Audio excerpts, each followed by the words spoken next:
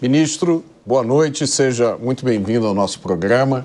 E eu começo lhe perguntando, na sua autobiografia, além do feijão com arroz, o senhor descreve a sua trajetória, fala de uma forma muito comovente, especialmente sobre a sua infância, né, um começo de vida difícil. E o senhor foi testemunha de momentos, assim, incríveis da história brasileira. Eu começo lhe perguntando, o que é diferente desse Brasil onde o senhor se tornou ministro para o Brasil de hoje e o que continua a mesma coisa, ministro? Olá, Roberto. Primeiro, muito obrigado pelo convite, um prazer estar aqui com vocês. Olha, o Brasil está muito melhor em várias coisas em relação àquele período em que eu estive no Ministério da Fazenda. E mais desafiador em outros aspectos. Por exemplo, ele está melhor em termos de instituições. O Brasil tem instituições sólidas, o Brasil tem um agronegócio competitivo, o setor mineral que exporta agora mais do que o próprio agronegócio, exporta petróleo, né? Empresas de classe mundial, uma lei de responsabilidade fiscal, um mercado financeiro sólido, sofisticado, bem regulado. O Banco Central do Brasil este ano foi escolhido o melhor Banco Central do mundo, né? Nós batemos os americanos, pelo menos nisso aí, numa área importante, né? Enfim, e é um país com enormes desafios. O desafio maior de curto e médio prazo é o desafio fiscal. O Brasil tem uma situação fiscal absolutamente insustentável que nos conduzirá a uma grave crise de dívida pública se não for resolvido, que é o problema da rigidez orçamentária. 96% dos gastos primários do governo federal são de natureza obrigatória, ou seja, resta 4% para fazer o resto, fazer o governo funcionar. Forças Armadas, ciência, tecnologia, cultura, agricultura e assim por diante, né? E a instituição fiscal independente calcula que dentro de 3 a 4 anos vai ser 100% obrigatório. Claro que colapsa muito antes, né? Então, esse realmente eu diria é o grande desafio do Brasil. Além disso, tem os desafios que estão vindo da economia mundial para nós, né, hoje, né, que naquela época não eram tão graves. Por exemplo, uma guerra na Ucrânia, uma guerra em Gaza e a futura administração americana que vai ser comandada por um homem de ideias muito esquisitas, né? Perigosas, né? Ele acredita que a tarifa aduaneira a tarifa é a palavra mais bela do mundo, né?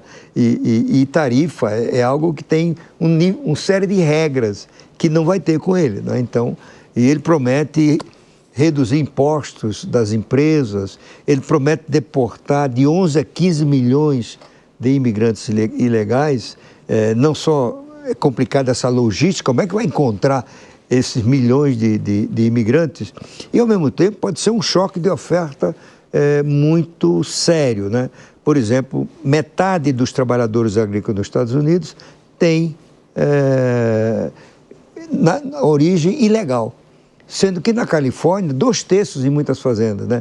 Quer dizer, como é que vai ficar a agricultura se realmente levar esses 12, 15 milhões de pessoas? Isso significará aumento de salários, custos. Então, é um Trump cujo conjunto de medidas indicam inflação nos Estados Unidos, no resto do mundo, o que significa juro mais alto nos Estados Unidos e valorização do dólar por causa disso, e valorização do dólar será desvalorização do real, que significa pressão inflacionária levará o Banco Central a aumentar a taxa de juros. Portanto, o Trump é uma ameaça, se a gente disser assim, no Brasil, no campo econômico. O Brasil sofrerá muito se o Trump levar adiante essas ideias dele, né?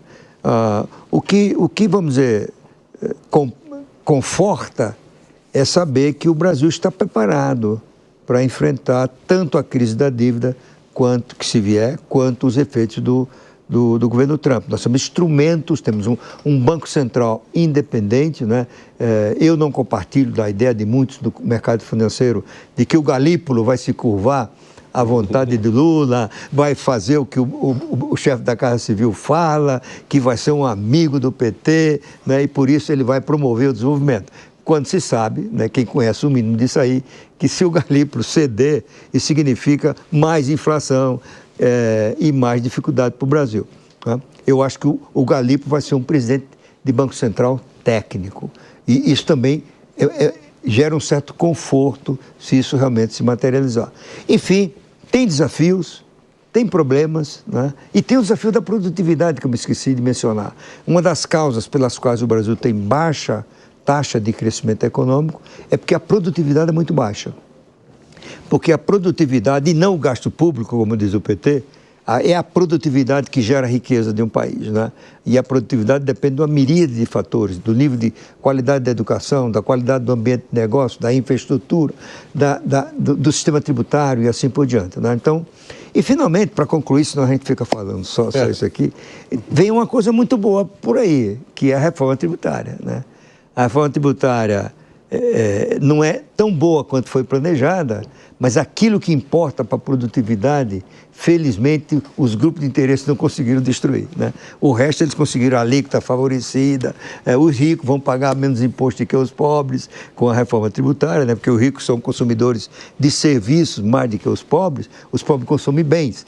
E os ricos vão pagar 40% da alíquota, os pobres 100% da alíquota. Mas naquilo que é importante para melhorar o ambiente de negócio, a competitividade dos produtos brasileiros, né? E a nossa penetração nos mercados mundiais foi preservado, que são alíquota única, mesmo que existam diferentes alíquotas, naquela alíquota, por exemplo, 60%, suponha que a alíquota seja 25%, vai ser um pouco mais.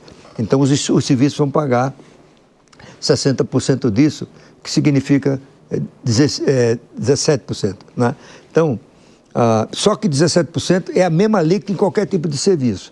Não é a maluquice que é hoje, que tem milhares de alíquotas implícitas, explícitas, o ICMS muda 70 vezes por semana, é um verdadeiro caos. Nós vamos nos ver livre do caos, né? E vamos ter desoneração integral das exportações, que não acontece hoje, e uma novidade é a desoneração dos investimentos, que era uma contradição. É o imposto sobre o consumo que tributava o investimento, né? E o Brasil vai ter um dos melhores sistemas, do ponto de vista de sua administração, de tributação do consumo. É um sistema totalmente digital, vai ser o primeiro no mundo totalmente digital. Todas as obrigações tributárias vão ser cumpridas com 4 cliques no computador. Então, você, quando compara isso com o caos de hoje, né, a bagunça, né, a coisa quase impossível, será o maior avanço institucional e com efeitos importantes na economia desde os anos 60.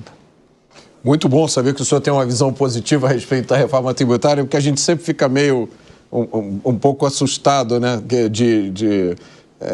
eu fico um pouco frustrado da reforma não ter tido como objetivo principal a redução da carga tributária, mas, né, vamos esperar que isso venha um pouco mais na frente. Eu tenho várias perguntas para lhe fazer, mas antes eu vou dar uma chance ao time, que eu tenho certeza aqui que está louco para perguntar. Começa, Gani, por favor. Com certeza. Ministro, boa noite, um prazer aqui falar contigo.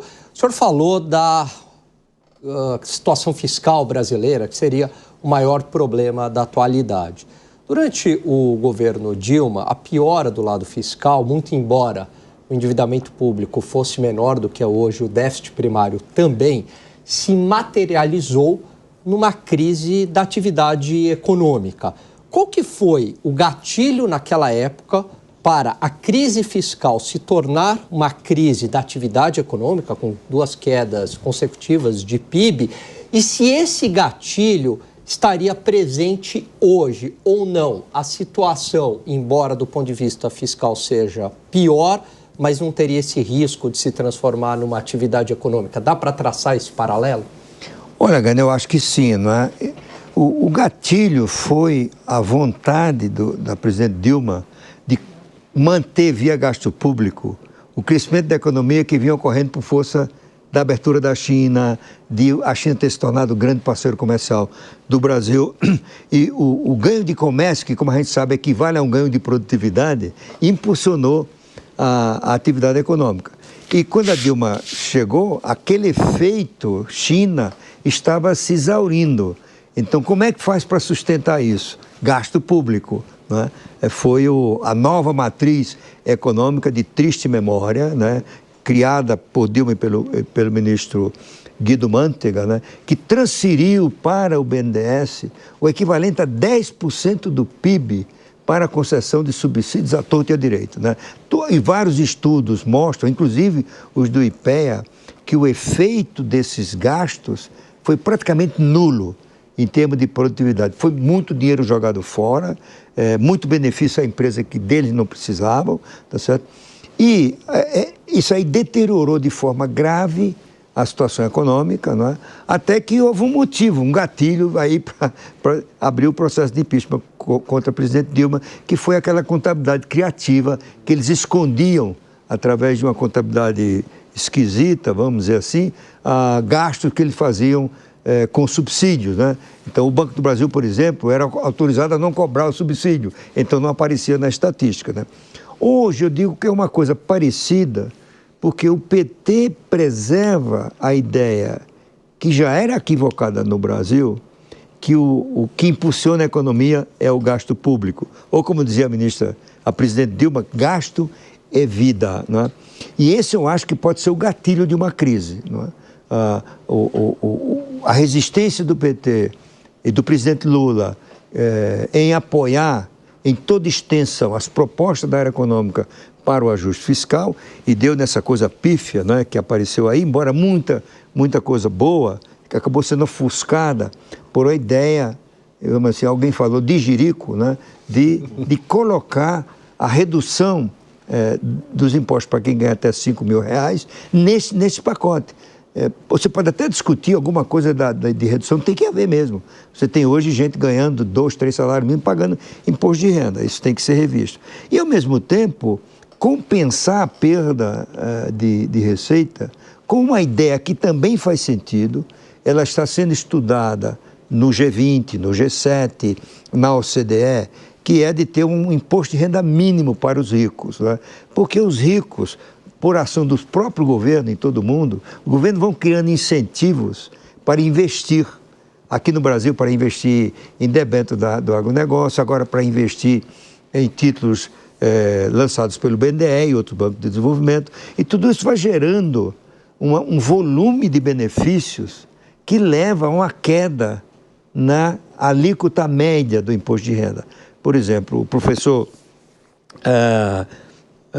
do INSPER, eu acho que ele é do INSPER, escreveu um artigo no Valor, esqueci o nome dele agora, ele mostrou que a alíquota média dos ricos, nessa faixa de R$50.000 para cima, é de 13%. Então, tem muito rico no Brasil cuja taxa efetiva de imposto de renda é menor do que a sua secretária, como acontece lá com Warren Buffett nos Estados Unidos, né? Então faz sentido. Mas isso tinha que ser discutido, isso tinha que ser debatido. Você tem que vender a ideia, as pessoas têm que acreditar que ela é boa e não empurrar assim a fórceps associada à redução do imposto de renda. Então, a questão fiscal e a maneira como o governo se comporta, né, no que deve ser a responsabilidade fiscal, porque para o governo, para muita gente do governo, a responsabilidade fiscal é uma declaração. Por exemplo, o ministro da Casa Civil declarou essa semana: o governo do PT não abre mão da responsabilidade fiscal. Como assim? Né? Vocês são irresponsáveis, vocês estão gastando muito mais do que deveriam, né? Vocês criaram despesas. Como é que diz que tem responsabilidade fiscal? Ter responsabilidade fiscal não é o que foi feito agora com essa questão da redução do imposto de renda, ou a isenção, né, do imposto de renda para quem ganha até R$5.000. Então, vai ser por aí. Então, se tiver tempo, a gente debate mais isso, mas eu acho que o que vai detonar a próxima crise no Brasil é uma questão fiscal.